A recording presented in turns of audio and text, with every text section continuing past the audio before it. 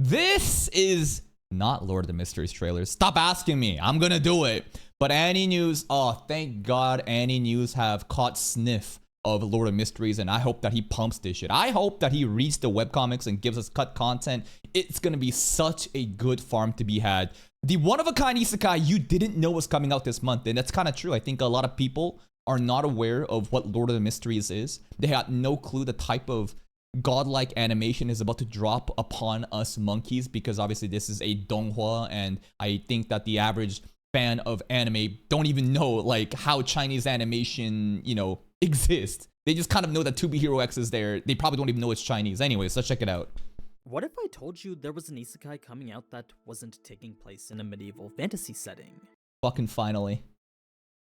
Honestly, I love medieval fantasy settings though. I really do.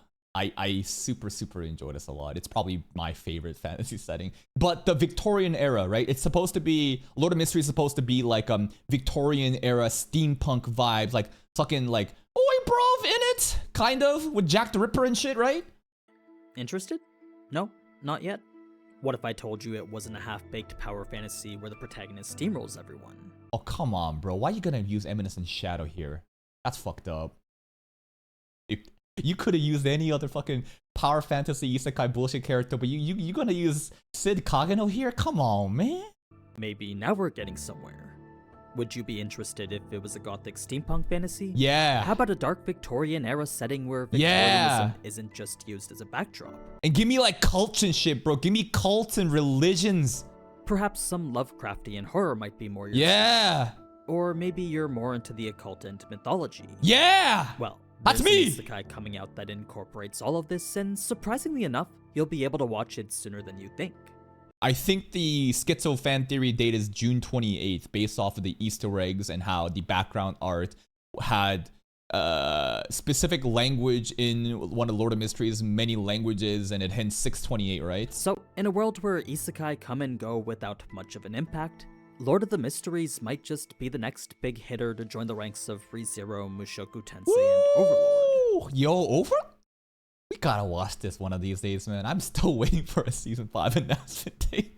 Because again, like there is no good in me farming Overlord right now, right? It's all about having momentum and trends and capitalizing in a small time period. That's why I held off on ReZero for so long. Overlord getting glazed like this gets my hopes up. But yeah, I'm really excited for something. And I think that a lot of people, I keep reading these glazers comments and they will not, like the way that they glaze is unreal. It's not like, they don't say Lord of Mysteries is on like the same tier as ReZero and Mushoku Tensei, no.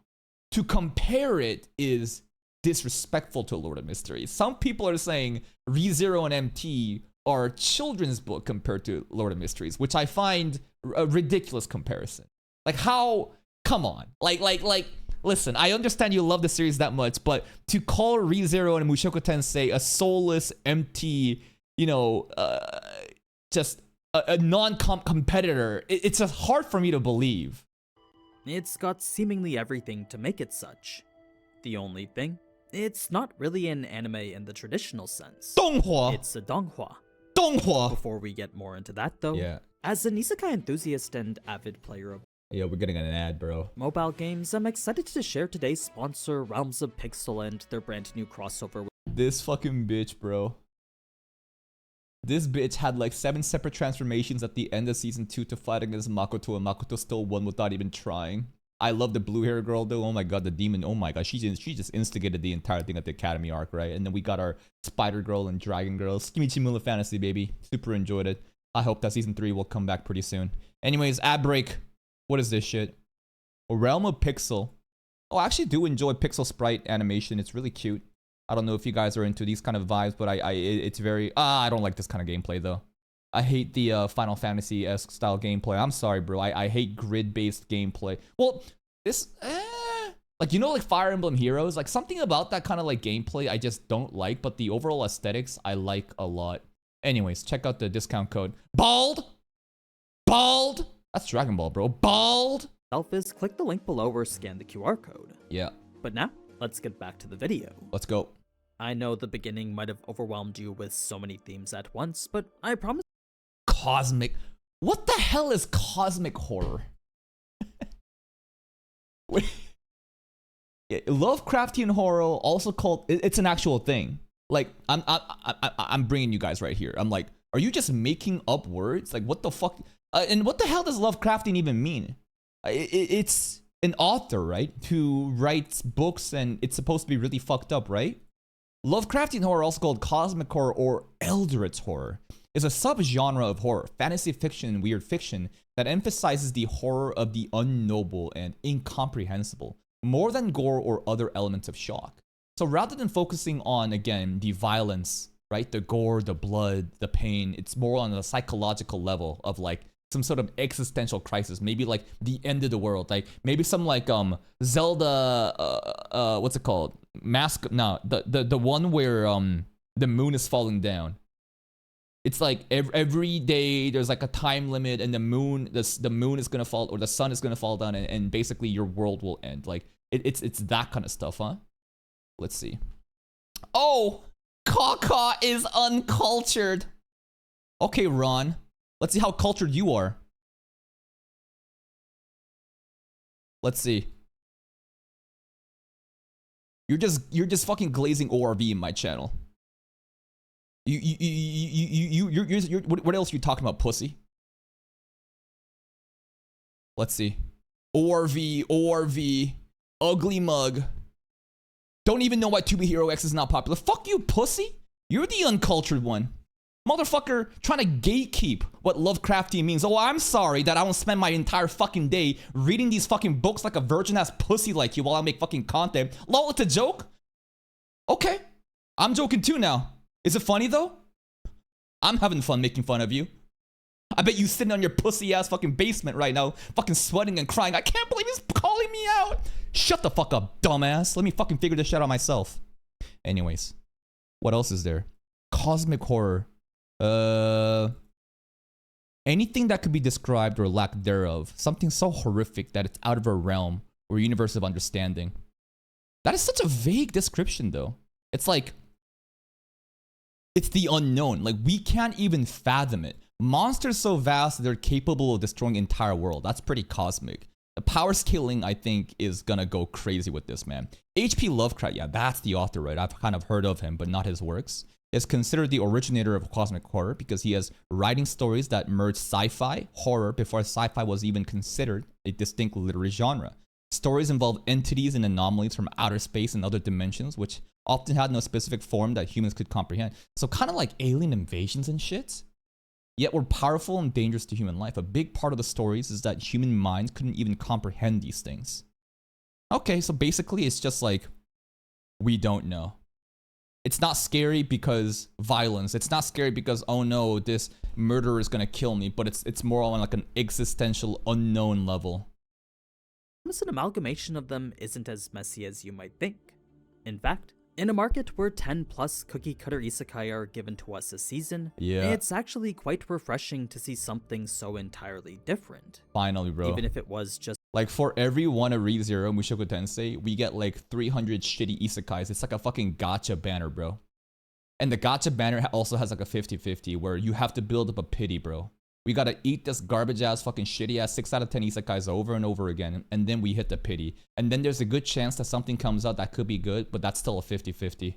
Just an errant attempt at trying something different. That something different is what I've been looking for in the genre for quite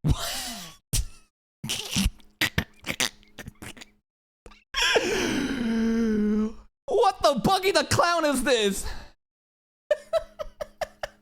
That nose. That nose, bro. Bro, it's straight up Buggy the Clown. Genre for quite some time now. Luckily for us, Lord of the Mysteries is far more than just an errant attempt at something new. Okay. It's a masterful blend of mystery, horror, and fantasy into one of the most intelligent and immersive stories currently out there.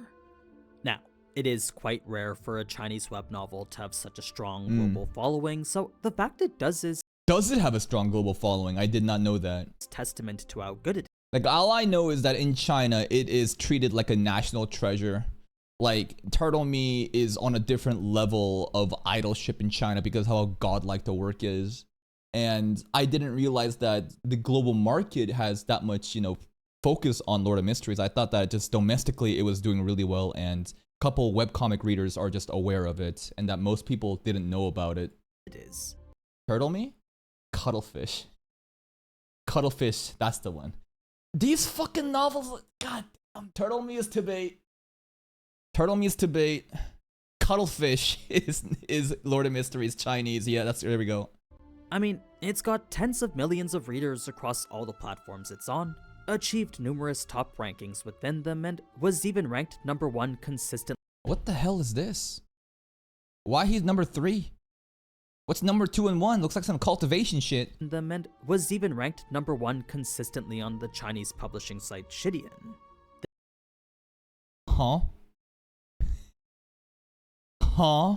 Achieved numerous top rankings within them and was even ranked #1 consistently on the Chinese publishing site Shidian. Shidian? Okay. There's a myriad of reasons for why that could be the case, but the general consensus is that everything it does exceptionally.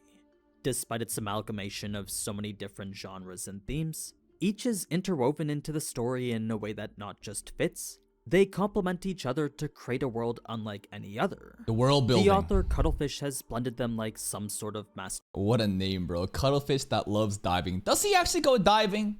Is this some Grand Blue shit where they claim to be a diving anime, but it's just a fucking frat party drinking anime? Alchemist. So, with all that said, what is it then that Lord of the Mysteries is about? Tell me. Well, that, my friends, is a very open-ended question. Give me an overview. I'll do my best to give a brief summary right now, but I think I'll make something a bit more in-depth right before it comes out. Good. For now, all you need to know is that this right here is Klein. Okay. Klein's the person our protagonist reincarnates into, except the real Klein had just mysteriously killed himself. Dun dun So dun. our protagonist, who just awoke to find himself in the body of Klein, also awakens to some serious head pain, a revolver right next to him, and blood everywhere. The mysteries. This already creates for quite the unique mystery, since what other isekai protagonist wakes up to find the person they've reincarnated into just shot themselves in the face? That is true. Usually, a lot of the isekais, well, there's Tensei, where you are, Tensei is reincarnation, but isekai is otherworlder. So Mushoku Tensei is when you literally reincarnate into a different body, right? Rudius, the old one, doesn't come to this new world in his old body. In Re:Zero, that is the case, where Subaru has his Japanese body that he pulls up here with. In this show, so it's kind of like he got reincarnated into this guy's body, but we're not even starting as a toddler. We just start off with the guy killing himself. And then there's some questions of, why did he shoot himself? Did he shoot himself knowing that someone would possess his body? Was this intentional? Was it a random act of just suicide? And somehow, some way, the mysterious world that it operates just pulled a soul and put this guy into Klein's body? I wonder. It's a cold open that brings forth so many other questions.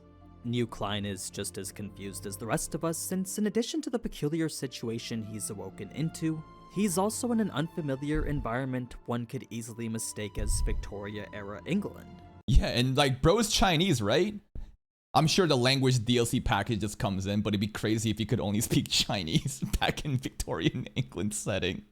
And like the different, and like, I wonder where in China, right? Because if you kind of look at the different visuals you saw, right? This seems pretty modern, right? He's got like friends, they're eating out, eating skewers and shit. This looks like, I was thinking like, what if like it was a civilization like no other, where, you know, Chinese Klein was actually from like a different, like futuristic society. It is futuristic in comparison, but I'm talking some sci-fi level. Here's another question. What if Klein has now swapped bodies into Chinese Klein? How about that, huh? How about that? Where bro just hates his life so much. I mean, if you look at the background art, bro, he looks like a peasant man. Listen. I don't like poor shaming people, but this does not scream, luxury. And back in those steampunk grungy days, it's fucking hard there, man. So what if bro shot himself thinking like, all right, I'm gonna use some fucking magic spell to go to China, and some poor bloke in China is gonna replace me, and we're gonna do a little swapperoonie. Era England.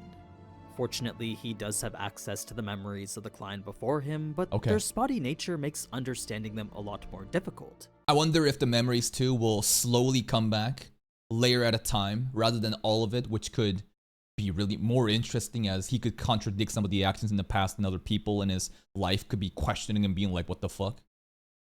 I wonder if there is a secret society of like law enforcement who are aware of these kind of, you guys are calling it transmigration, right? Imagine like, basically transmigrations are a common practice in this world, and there is like a secret police force that are like looking for people who have transmigrated and constantly like on the lookout for people who don't even have their full memories. I don't know what I'm talking about.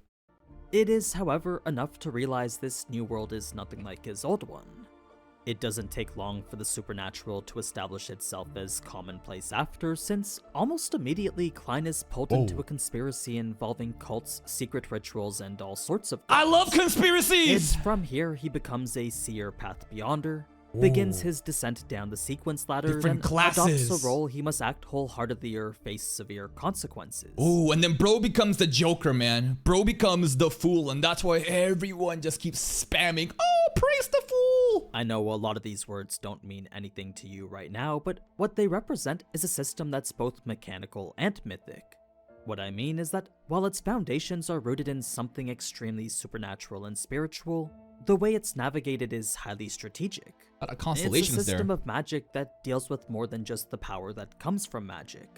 Each path of magic has its own belief system, way of life, and cost of entry, so in order to continue pursuing— Yo, stuff like this, again, really fleshes out the world, and the world building gets way more in-depth, right? It's just kind of to bring it up, like in Mushoku Tensei, what I really appreciated about Mushoku Tensei is the distinct magic styles, but also swordsmanship and different types of swordsmanship, right? There's like 3 separate entries, and there's also like, the powers and like different, prestige rankings, right? You got like kings, emperors, and gods and stuff like that, right? I think stuff like that really makes me more immersed into the world, and this is akin to that. that path and become stronger with it, one must first transform themselves spiritually, psychologically, and philosophically.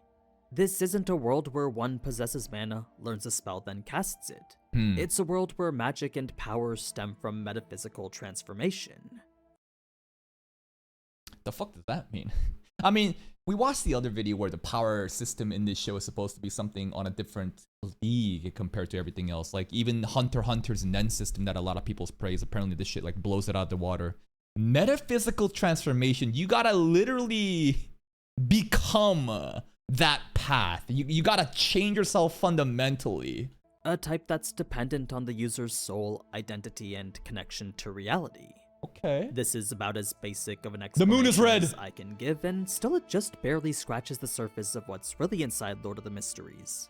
In any case, it's Klein's goal to try and figure out how to get back home, leading him through a series of events that have him dealing with conflict both internally and externally. So he actually does want to go back. Quite often, a lot of people like criticize ReZero for the character, Subaru for not wanting to go back without really understanding his character of why he wouldn't want to go back or lack thereof options. But in this show, his goal is to go back.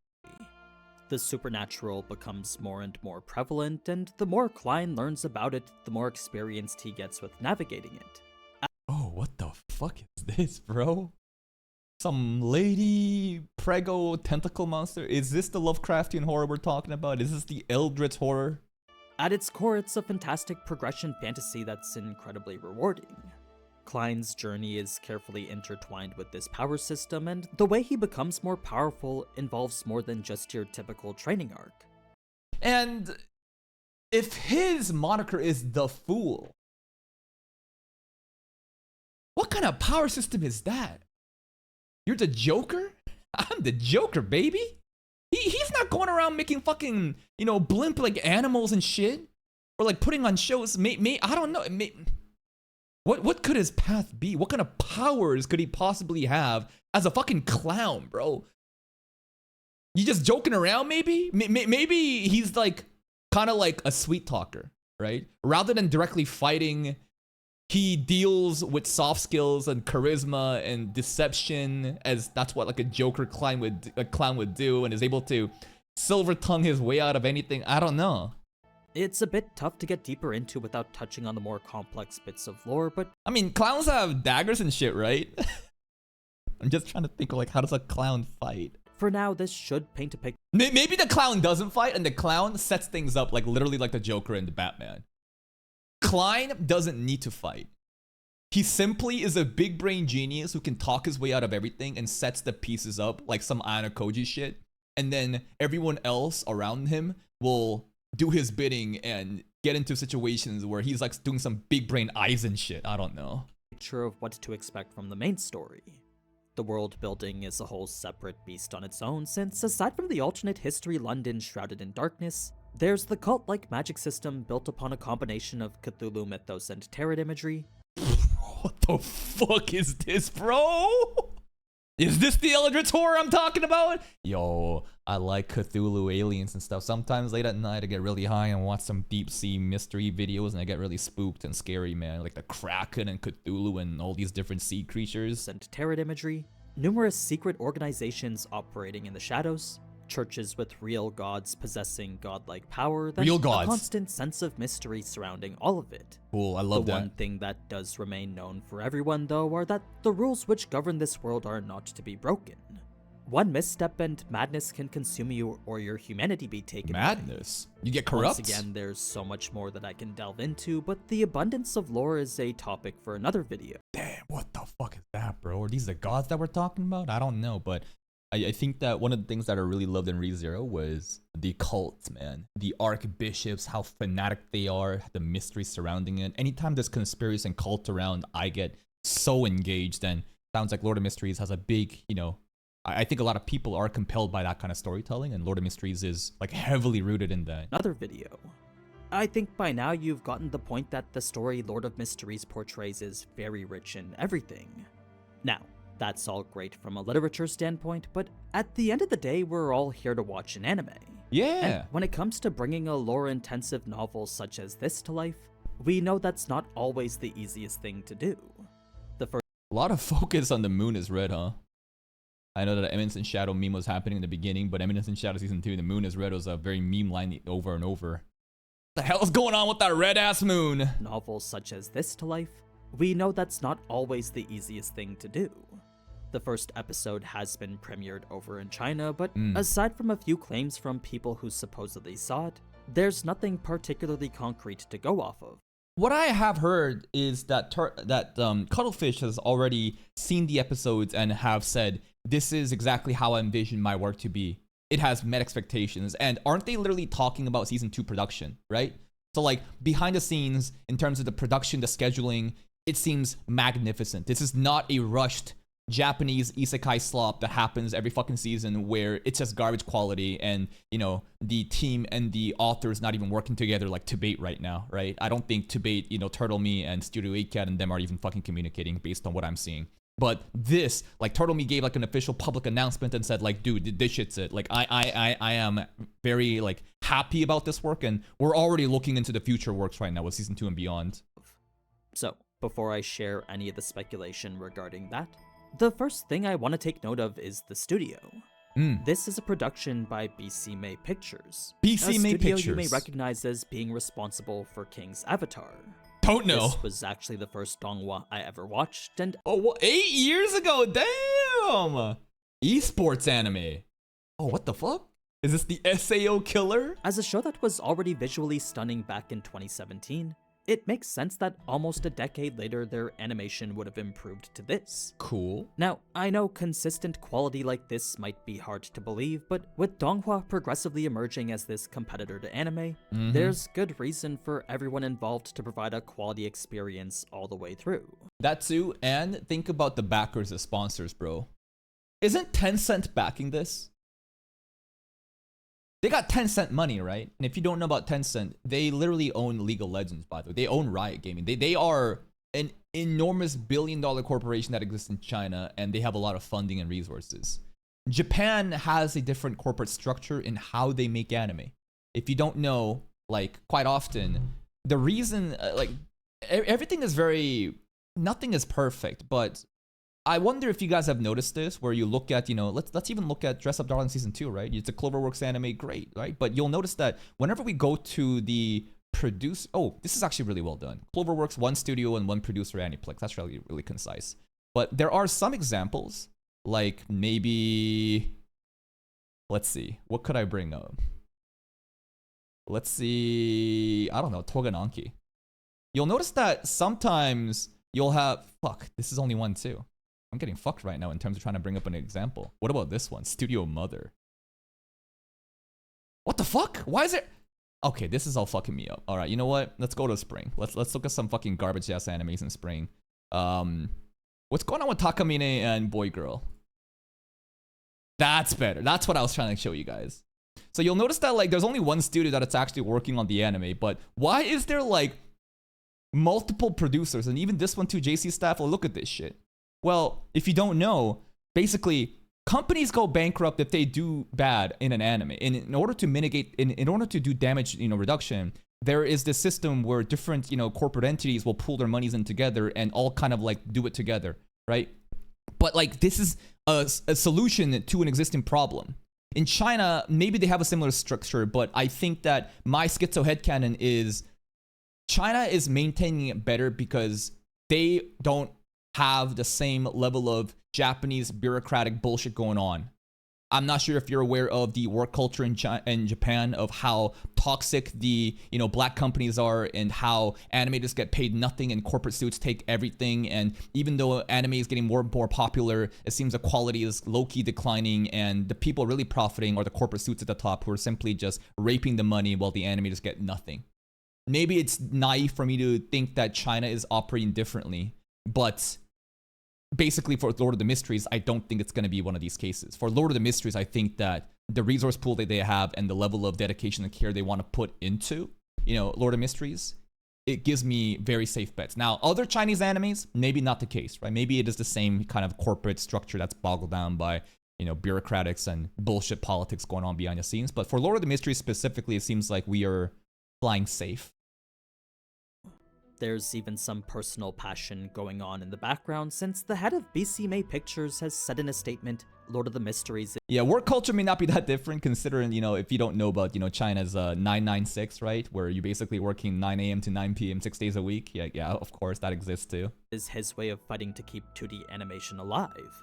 You see, with 3D becoming the leading style in China, this man hopes to use Lord of the Mysteries as a means to keep 2D animation relevant. I did not know there's a cultural shift with 3D popping off in China. Combine this with one of the most prominent multimedia corporations in China, Tencent production, and you can pretty much assume higher budgets, top-tier staff, and widespread marketing like how we're seeing already. Yeah. To keep the focus specifically on the studio, though, BCMA seems like the perfect fit to handle a series that's focused on atmosphere, suspense, and tension. Action isn't the end-all be-all here, since the mystery behind everything is arguably more important. That's right, we're focused more on the storytelling, the mysteries, the world building, everything beyond just, Unga Bunga action. But if they can deliver the Unga Bunga action too, I'm really happy. I've noticed that these different, scenes that Andy News is providing for us.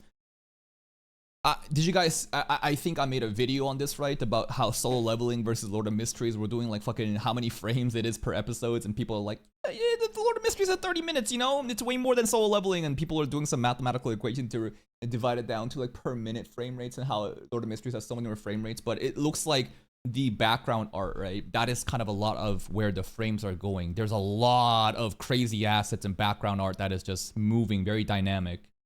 That being the case, if the anime is like even just look at this, right? Look at these. What the hell is this, bro? Fucking wheat in a random ass farm. Look at the movement.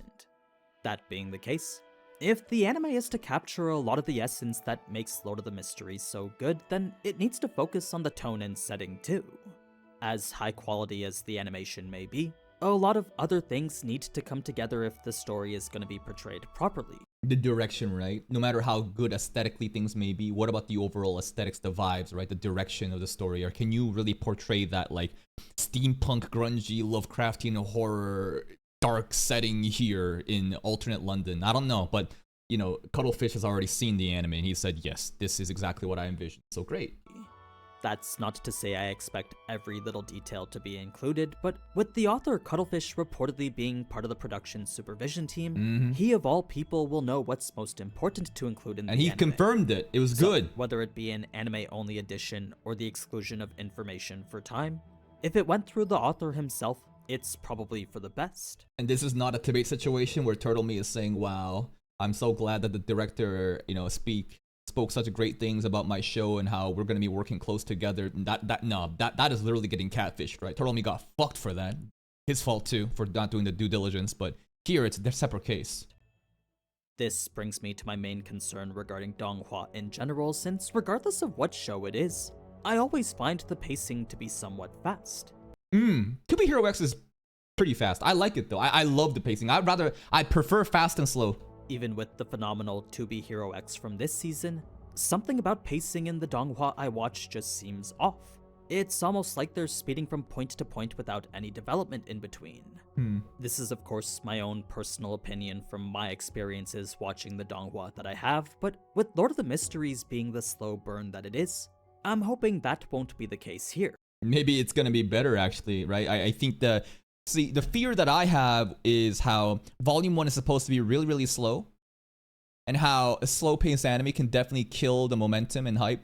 A lot of people are not, you know, these sweaty-ass webcomic readers who's down to literally just sift through all the details and enjoy a slow burn. A lot of people need to be impressed immediately or they're gone, right? On top of that, there is the language issues. I hear that, I don't know if it's officially confirmed, but English, Japanese voice acting, I hear it's on the way. And then there's the other issue with the distribution channels, right? This is not airing on Crunchyroll or Netflix. Obviously for the pirates, they don't care, but I think for a lot of normies, it does matter to get accessibility up. So there's a lot of things that kind of feels like it's working against Lord of the Mysteries, the Donghua, but I have faith that it'll get resolved. In fact, I'm expecting the pacing to be the key determining factor on whether or not it ends up doing well. With everything else seemingly going above and beyond, the only thing left to see is whether the actual mystery.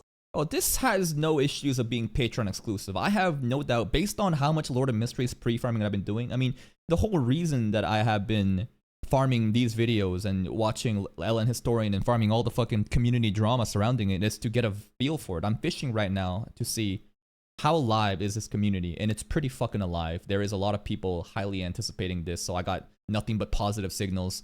Though at the very worst, this is gonna perform like average in terms of community series, like 10% ratio of sub to viewership. So there's no chance this shit's getting dropped. The only potential threat is if copyright strikes and blocks happen, right, from them. Who knows what's gonna happen with To Be Hero X? Specific creators like Michelangelo and your boy Roshi got fucked for it, but we'll see what happens, man. We'll see. Mystery of everything can be captured well.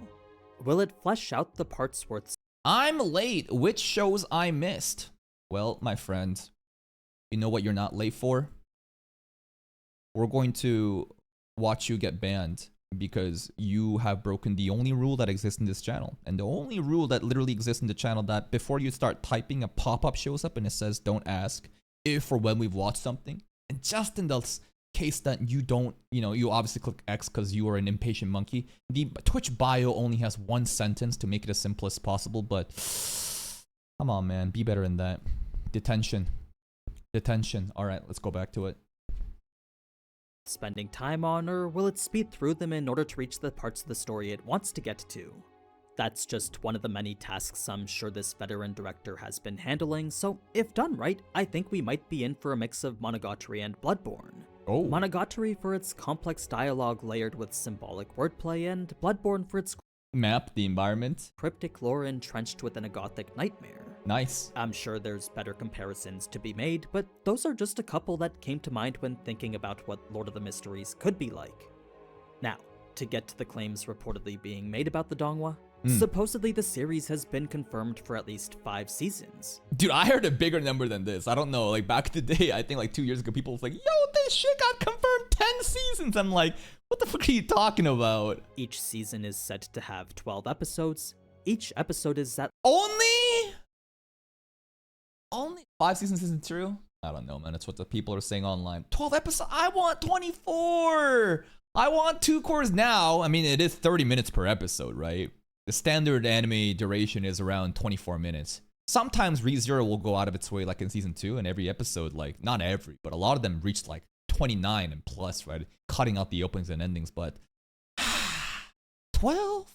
At least 30 minutes long, and within each minute of that episode, there's approximately 1,000 drops. The frames! On average, that would mean 16 different frames per second. Oh my so god! If true, expect a level of fluidity that we rarely get to see in 2D animation. And then that's the comparison made between Solo Leveling and Lord of Mysteries, right? Oh my god, the frame rate! Not any of the static pans we've unfortunately been exposed to lately. TV, let's go! Even if we were to compare this to Solo Leveling, the climax of episode 12 only had around 850 frames per minute. Oh my god. 15% less frames than what Lord of the Mysteries allegedly I can't believe it, bro. Solo Leveling watched 15% less? has. So, when you take into account that the first bit of the story is actually quite slow, it makes you wonder where all the animation is going to be. Background art. Again, I straight up, listen, let's just be objective here. The notion that Lord of Mysteries is gonna look like an all-out fucking Sakuga fest, like Jinmu versus Beru the entire way through during a slow burn, is absolutely retarded. You know it, I know it. This is very shameless marketing in order to hype up a metric that doesn't accurately convey what the episodes are gonna be like. Look at the background art. Look at the assets. Look at the 3D usage. Look at how those things are going to be padding these frames, these scenes, right, per minute. So, like, don't think that you're gonna be seeing fucking Beru versus, you know, Jinmu the entire time of the episode. I can only imagine we're gonna get some pretty intense dialogue scenes. In any case, all this stems from a premiere. And this, I think, will show that just because people are yapping and talking doesn't mean it has to be boring. Classroom of the Elite, Tensura, yapping animes. Yet, especially Tensura Season 3, right? The yapping, the meetings, bro. Don't fucking tell me that, like, oh, it's limited by the content. No, there is a way to make it engaging. It's just that the 8-bit studios don't want to fucking do it, right? There is a way. Look at Kaguya-sama. Look at Monogatari, right? I haven't seen it, but it's getting brought up. There is a way to make dialogue, yapping, meeting episodes to be fluid, to be alive. That happened quite some time ago.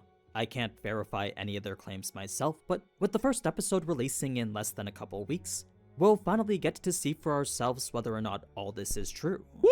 I do think we Let's are go! in for a treat with this one though, so if you're looking for an isekai that's finally something different, I can't recommend enough checking this one out when it finally airs. Yes. I have no idea where we'll actually be able to watch it, but keep your eyes peeled on June 26th. Apparently it's on like official distributing systems is like WeTV, right? I don't think motherfuckers know what WeTV is though. That's what I'm saying, man.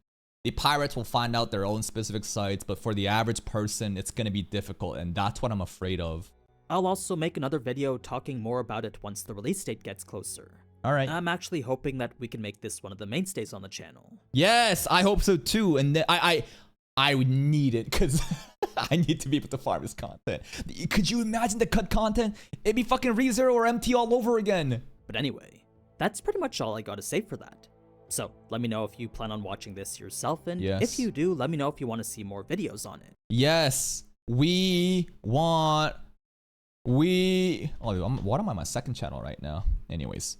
Please go check out Annie News. I'm really excited for, you know, Lord of Mysteries to be coming out. We've been doing a lot of pre-farming, a lot of pre-hype. The trailers, the character PVs, I'm saving them all. I will literally do a batch reaction for different categories of, I watched all Lord of the Mysteries trailers.